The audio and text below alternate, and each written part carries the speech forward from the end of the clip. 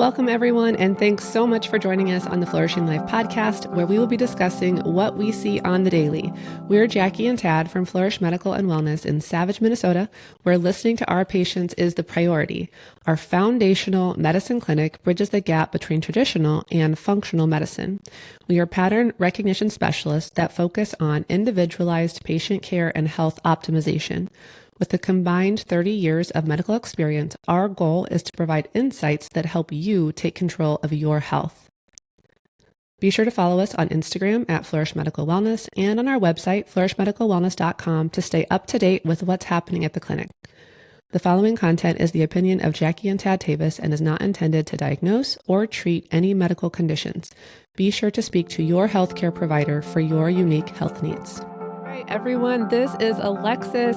She is a PA here with us, and so we are going to take some time to get to know her a little bit, some of the medical stuff that she loves, but then also just who she is and why we love her here.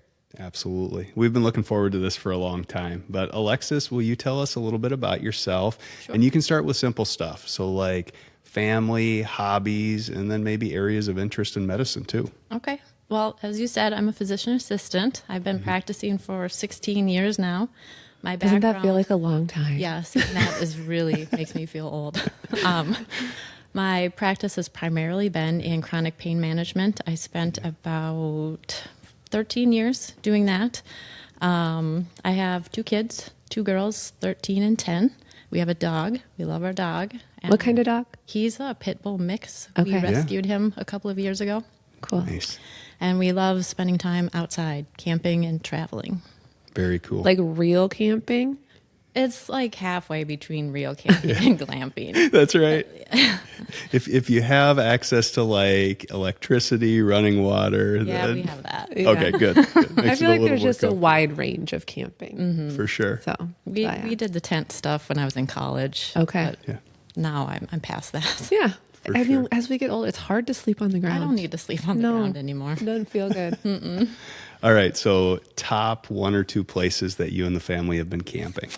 We went to Grand Marais this past summer, and that was really beautiful. Tiny little town, but it's right on the water. So Yeah. we loved that. My daughter just asked me last night, do they have college in Grand Marais? I'd like to go to college there. For sure. Super cool. Oh, you said too. Another one is Itasca. Itasca is a really pretty area too. Where's that at? Northern Minnesota. Okay. The girls saw a bear at the campground when we were up there. That was What kind of a few bear? years ago. Black bear? It was a black bear cub. They were just out riding their bikes around and came back. Mom, we saw a bear. Oh no. Yeah, that's right. Good thing you rode fast. Yeah. Did you go to it? Yeah. So let's pivot a little bit into the medical side of things. But what are some of your big interests or big areas of practice here at Flourish? Here at Flourish. Well, there's a lot that we do that I did not do before. So I would say I'm just really enjoying learning everything we have to offer and then kind of learning how to do it well. Absolutely. Yeah. Are there specific things in like that you found in practice that you're like, wow, I really, now that I know this more, I really love talking with my patients about? Yeah, I really love talking about perimenopause. I don't think that a lot of women even know what that is. I think they're used to thinking, well, I'm getting my period and then I'm in menopause and then there's no in-between ground. And I think learning about that period and then being able to teach my patients about it has been really helpful. I'm going through it myself, so I can also relate. Cheers to better. that. Yeah. Well, and there's such a huge need for it. It's such a large group of women, you know, in their 40s and into their 50s that just need that guidance and education. Absolutely. It's not something we just have to deal with until it's over. And that's the hard part. I think that's what you hear a lot is that they go in and they're looking for help, but they're like, oh, it's just normal. Just deal with it. And so I think it's such a relief when our patients are like, oh, there's more and I'm not crazy. Yeah, I'm not crazy. There's a reason that I'm feeling like this. Yeah. It's not all in my head. I hear that a lot. Totally. Yeah. So what brought you here to Flourish with a big background in pain management? What brought you over to the dark side? So spending all that time in traditional medicine over the last several years, I've really noticed that there's a gap in the care that I was providing and the way my patients were feeling. They weren't getting better. They were maintaining, but they weren't getting better. Yeah. And then I saw you guys, and I just knew that this is where I wanted to be. So cool. And you have some yoga background. Yeah, that's kind of where I learned more about this even area of medicine. Yeah. Was yoga teacher training a few years ago. I learned about Ayurveda, which is more of like a traditional Indian type practice of medicine. Yeah. Cool. Learning how to eat with the seasons was a big piece, and just how to, each body has its certain temperature, so you eat based on that, and that's how you feel better. That kind of stuff. I think you need to teach us more of this. Yeah. Is that the same thing as like they say call it Ayurvedic medicine? Is that okay? Yep, same thing, different pronunciation. Got it. Yeah. Super cool. We might need to have a little Dip into that. provider training by Alexis. That's right. I do not know well how to eat by the season, but so you could definitely teach me that. Okay. So you already talked about this with enjoying talking with women who are going through perimenopause, providing education there. Are there any other specific groups of people that you really enjoy seeing here at Flourish? I like seeing people who are motivated to feel better and lose weight, Yeah. and are open to suggestions and work. Yeah. Absolutely. They're willing to put the effort in. Yes, exactly. For sure. All right. What is your first thing in the morning favorite beverage? Coffee, How do you take it? black. Sorry, Love thought I'd throw that in there. That's outstanding. So what is one common myth or misconception that you've seen pretty regularly here, or something that just keeps coming in weekly? I say that it would be, I think people feel like GLP-1s are cheating when it comes to weight I loss. heard that. Yeah. I feel that a lot. And I personally maybe thought that the same before I got here and learned more about it. But I see it more as just a tool. So weight loss has to do with exercise and diet and being outside and stress management and sleep and alcohol in moderation. And a GLP-1 is just another tool. Totally. Absolutely. Yeah, I literally just had this conversation yesterday, and I do think, because I'm the same way with you. I was like, I'm not sure how I feel about this. I do think it can be used Yes. as a cheat code, Yes. right? If it's not used in the right way. But I think when you're using it in the right way and pairing it along with the lifestyle changes and all the other things that you should be doing, Absolutely. it absolutely is just another tool for sure.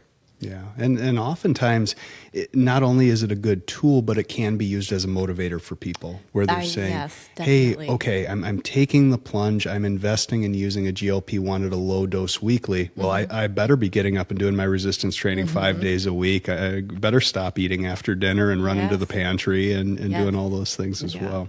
Totally. So when you contrast what you were doing before you came to Flourish with Flourish and what you're doing here on a daily basis, what are the biggest differences? The biggest difference is the time, the time I get to spend with patients. Yeah. At my previous practice, I was seeing more than 20 patients a day. Wow.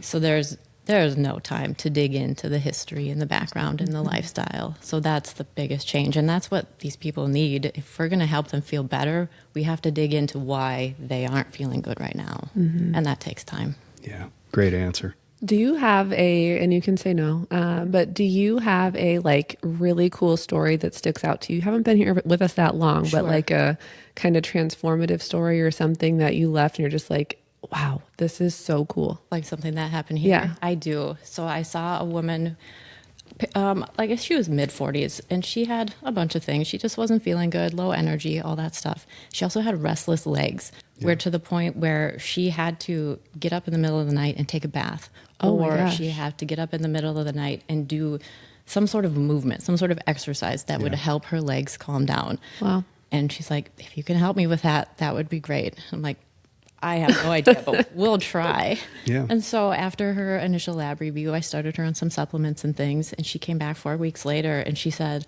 I was on a 5-hour plane ride and I didn't have to stand up. Wow. Yeah. Which she was terrified because normally she has to move and do things. And she said it was gone. That's amazing. I don't know what we did, but whatever we did in combination helped. Yeah, for sure. And that's one of the cool things about spending time with people is I think we develop a deeper empathy for people. Yeah. You know, you think about it and when you're sitting right across from someone and he or she says, hey, I got to get up 4 times a night because of my restless legs. I don't ever feel well rested. It's like, holy cow, I wonder what going through a week like that would look like. Yep. So. Totally. I have done that as well, where I'm like, I don't know how that worked, but I'm glad it helped. Exactly. Like, we're good. We'll go with it. Absolutely. So in your time here at Flourish, what has been, let's say, one big lesson or one big takeaway or an aha moment? I would say in general, I'm learning that there's always more to learn. I can never know everything. Yeah. And my patients come in and ask me questions like, oh, I've never even heard of that. Yeah. Let me look into it. Yeah. So there's always more that we can learn. 100%. Yeah, that's the nice part about this type of medicine is it definitely keeps us humble. Yeah. You know, there is so much information and also so much new research being done where we can't ever feel like we know it all or we're on top of everything. Always changing. Yeah. Totally. And I think the flip side of that too is, you know, the longer you're in this type of medicine and you see, hey, these are the consistent things that work, you know, going back to that foundation. I think a lot of times too, people are overwhelmed with all this stuff. Yeah. And sometimes it's just, hey, that might be a good thing for you, but let's like fix these foundational pieces first. Break it down. And then a lot of times we might not even need all the extras, you know, but Yeah. 100%. So, what is your favorite part of practice here at Flourish, or what fills your tank? Seeing new patients, listening to them. So the very first patient visit, they're just talking to me. I'm just listening. Yeah. When I go over, you know, next steps, the labs that we're going to do, how we're going to come at them at the next visit and go over everything, when they get this look on their face like, oh my gosh, she heard me. Yeah. And we're going to really dive into this. That's like, they just have this, their face lights up. Yeah. Like, oh, I'm in the right place. We're going to get somewhere here. 100%. That is cool. I'm glad I'm not the only one who says that. That kind of light bulb moment where Oh, like, all the hey, time. this person is listening to me and they're for me and we're actually going to problem solve here. Like, it's super cool. Yeah. All right. One really important health habit for everyone. Go. Go outside. Oh, yes. Even if it's just 5 or 10 minutes, but go outside. It'll change your mood. If you're feeling down or low or depressed, just go outside. Even if it's not sunny, That's so getting good. some fresh air on your face. Absolutely. It's so good. And it's so simple. I know. And Don't do yet it. no one ever, like, I mean, not no one ever, but like, Rarely. I mean, there are times like even if I'm working from home, like I remember that one day I was preparing our cell core talk. Yeah. I like didn't leave basically my couch or my kitchen or my bathroom. Like it was like a circle of like, go to the bathroom, get food, like work on my, and I'm like, you just feel, Yeah, closed in. so I am convinced we are not biologically and physiologically set up to operate indoors all the time. Like it is against our physiology. All right. One curveball question. Okay. Take a deep breath. With your kids, what are things that you try to do to pass along, you know, good health habits to them or communicate a healthy lifestyle? Eat your protein. Yeah. We have been talking a lot about protein lately. Yeah. Especially as far as when it comes to breakfast. yeah, You know, frozen waffles or cereal. Yeah. That's what my kids are eating for breakfast. yeah, And so I'm really just trying to teach them about the importance of protein to the point where they're actually coming back at me with it. Like, Mom, did you eat your protein oh, today? I love that. That's awesome. Yeah. That's so cool. That's really good. All right. Last question. Wait, I might have one. Oh, Okay, how would you describe your like care style, like the way you treat people? I am a very laid back person. So I'm going to let the patient kind of drive and I'm just going to follow along. So I'll let them kind of talk and I kind of figure out what their interests are or where they think they want to go. And then I just kind of jump in when I feel like they need me, Sure. if that makes sense. Cool. yeah. You're an awesome listener. And we know that just from working with you, but people should know that is you're a great listener and then you're able to apply all that information moving forward for that person's benefit.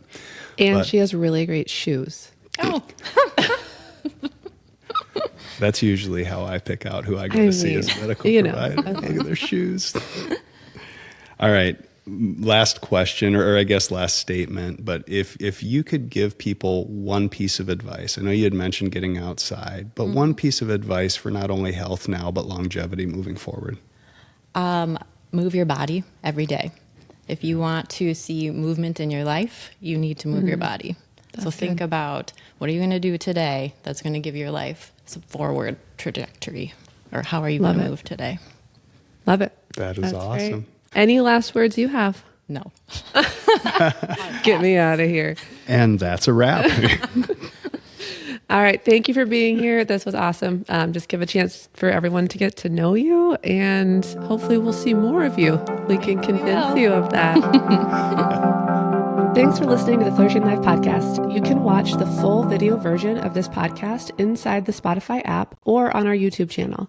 If you liked this episode, please rate, review, and subscribe on your favorite podcast app. And we would love it if you would share this episode with a friend and follow us on socials, Instagram, TikTok, YouTube, and Facebook, or on our website at flourishmedicalwellness.com. Chat soon, everyone.